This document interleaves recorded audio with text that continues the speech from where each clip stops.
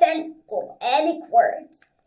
So remember, the 220 words in the series of lessons 24a to 24g occur in the Quran 40,000 times, 50%.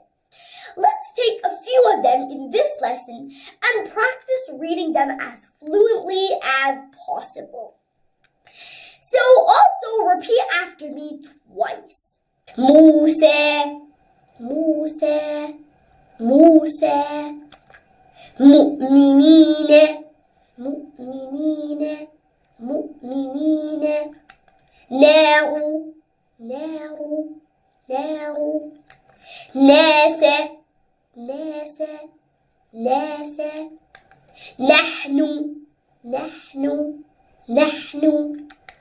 Hudan, Hudan, Hudan. هذا هذا هذا. هذه هذه هذه. هل هل هل. هؤلاء هؤلاء هؤلاء. هي هي هي. يا يا يا. يحب يحب يحب. يريد يريد يريد. يشاء يشاء يشاء. يعلم يعلم يعلم. يعلمون يعلمون يعلمون. يقول يقول يقول. يقولون يقولون يقولون. يهدي يهدي يهدي. يوم يوم يوم.